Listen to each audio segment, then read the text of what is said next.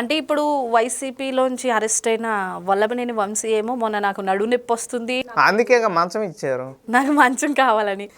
ఆ మంచం ఏది డబుల్ కాటా సింగిల్ కాటా? నిన్నేమో పోసాని కృష్ణమురళి ఏమో నాకు హోమ్ సిక్ వస్తుంది నన్ను ఇంటికి పంపించండి అని అడిగారు.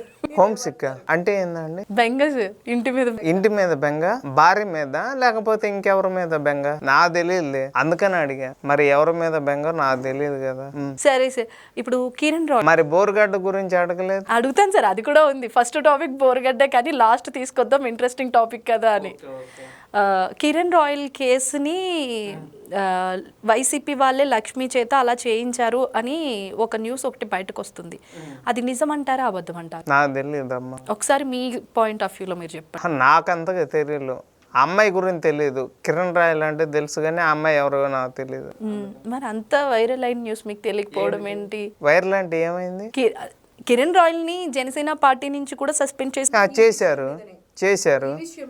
మరి ఆ విషయం వైరల్ అయిందంటే ఏ విషయం అది వైరల్ అయింది? లక్ష్మి దగ్గర డబ్బులు తీసుకుని లక్ష్మిని మోసం చేశారని. ఏం చేశాడు? కడుపు చేశాడా? ఇప్పుడు లక్ష్మిని ఆయన రాజీ కుదుర్చుకున్నాడు అన్నారు. ఏం చేశాడు? కడుపు చేశాడా లేకపోతే ఏమన్నా చేశాడా? పిల్ల ఏమన్నా పుట్టారా?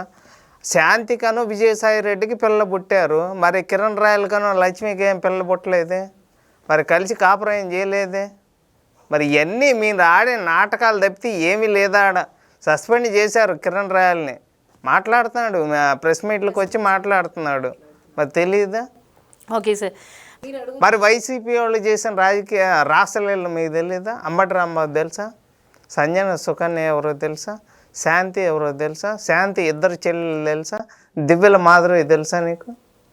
సరే సార్, ఒకసారి ఇప్పుడు దువ్వాడ ఒకవేళ జైలుకి వెళ్తే దివ్యల మాధురి పరిస్థితి ఏంటి? జైలుకి వెళ్తే ఇద్దరు వెళ్ళిపోతారా? అవును, ఇద్దరు వెళ్ళి రీల్స్ చేస్తారు. అవును, ఇప్పటిదాకా ఏంటంటే తాలిబొట్టు కట్టకుండా కాపురం బయట చేశారు, ఇప్పుడు జైల్లో చేసుకుంటారు. Okay sir.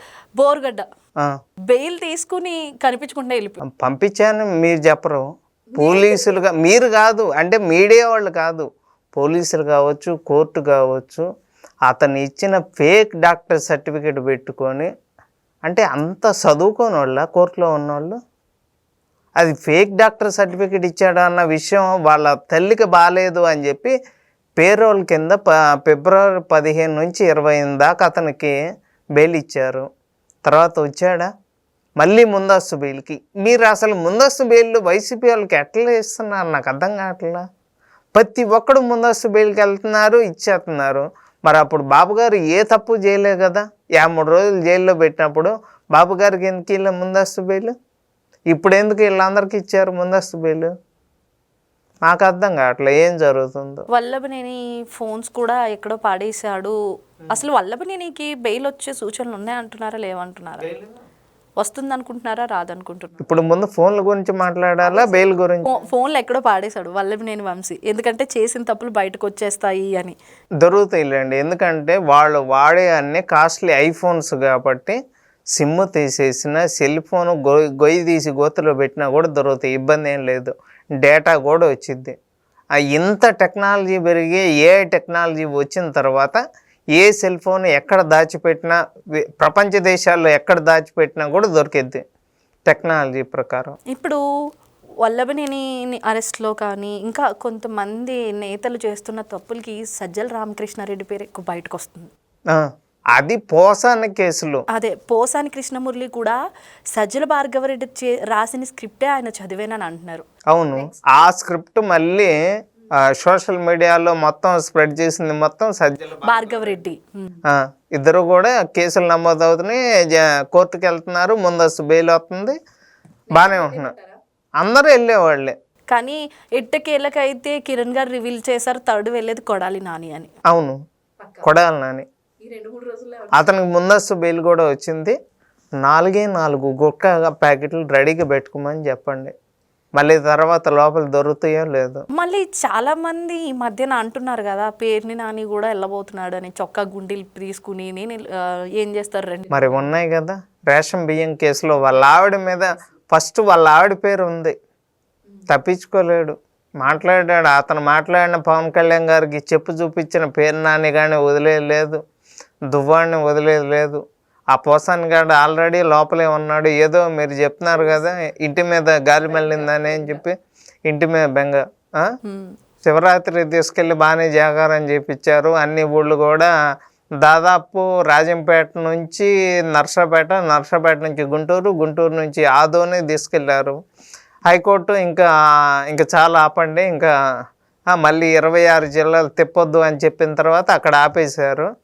మళ్ళీ ఇప్పుడు ఇంటి మీద గాలి మళ్ళింది అంటున్నారు. ఇప్పట్లో అయితే పోసాని బయటకు రాడు, వల్లభనేని అందరు లోపల బోటాలు ఉన్నాయి కానీ బయటకు వచ్చేవి ఏం లేవు.